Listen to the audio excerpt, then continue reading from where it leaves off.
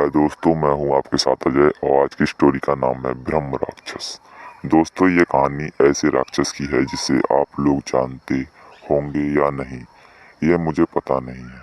उस राक्षस का नाम है ब्रह्म राक्षस। भूत प्रेतों में भी कभी योनियों होती हैं, उनके नाम होते हैं जैसे कि भूत प्रेत पिशाच राक्षस डायन चुड़ैल आदि बहुत से नाम होते हैं।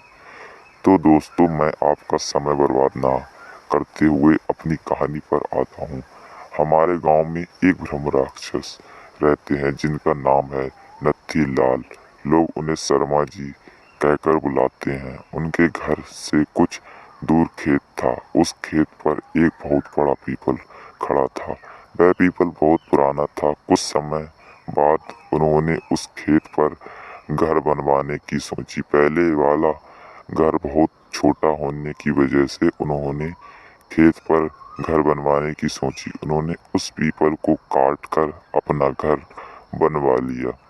कुछ दिनों बाद शर्मा जी बड़े परेशान रहने लगे। वह कभी कभी वह पूजा करते थे, कभी नहीं। तो उनकी बीवी ने उनके बदले स्वभाव को देख उनसे पूछा कि तुम पूजा भी नहीं करते, आजकल बदले बदले से रहते हो, बच्चों को डांटते रहते हो, तुम्हें हुआ क्या है? पंडित जी के चेहरे पर मुस्कान आई और वह कहने लगे, मेरे घर को तोड़कर अपना घर तो बना लिया है और इसे क्या पूजा करने की कह रही हो? सब कुछ मैं ही हूँ, मैं ही हूँ, भगवान हूँ, इससे पूजा करने की कोई जरूरत नहीं है। वो कभी दांत मीचते, कभी बड़े प्यार से बोलते, कभी आंखें लाल तो कभी सही हो जाते थे। उनकी बीवी को राख हो गया कि जरूर किसी भूत प्रेत का साया है और वो बातें ऐसे करते हैं जैसे कि वो दो लोग हों। तब पंडितानी ने उनको बिठाकर आसन लगाकर हनुमान चालीसा पढ़ने लगी। तो वो सोच रही थी अगर कोई भूत प्रेत होगा तो भाग जाएगा, पर पंडित जी पर उसका कोई असर नहीं पड़ा। वह एक टक लगाए देख के जा रहे थे। उसने काफी मंत्र पढ़े, गायत्री मंत्र। तभी पंडित जी की आंखें लाल हुईं और कहने लगे, मैं किसी से नहीं डरने वाली और तू क्या समझ रही है? मैं इसे ऐसे नहीं छोड़ने वाला। तब तक उसका छोटा बच्चा वहां आ गया। मम्मी पंडित जी ने उसे ऐसे जोर से पकड़ के खींचा और ऐसा लग रहा था कि उसके सिर को कच्चा ही चबा जाएगा। पंडितानी ने कहा, बच्चे को छोड़ दो, इसने तुम्हारा क्या बिगाड़ा है?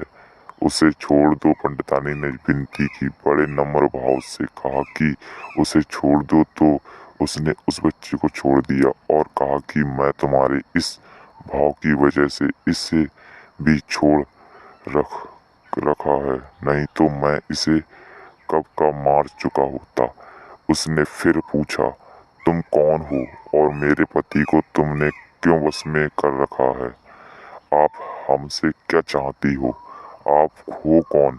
तब उसने कहा, अगर अपना भला चाहती हो तो पीपल के पेड़ लगाओ, जितने भी हो सके पेड़ लगाओ, फिर मैं बताऊंगा कि मैं कौन हूँ और फिर मैं चला जाऊंगा।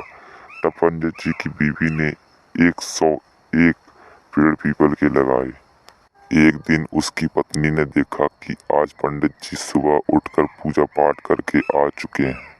तब पंडितानी से पंडित जी बोले, मैं तुम्हारे पति को आज छोड़ के जा रहा हूँ, तुम सदा सुखी रहो, तुम्हारे आचार विचार बहुत अच्छे हैं। मैं ब्रह्म राक्षस हूँ, वैसे मैं किसी को नहीं छोड़ता और ना ही किसी से डरता हूँ। मैं ब्रह्म राक्षस हूँ। ब्रह्म राक्षस हा हा हा हा हा हंसता हुआ, तुम्हारे पति ने मेरे पीपल को काट दिया था जिस पर मैं हजारों सालों से रह रहा था।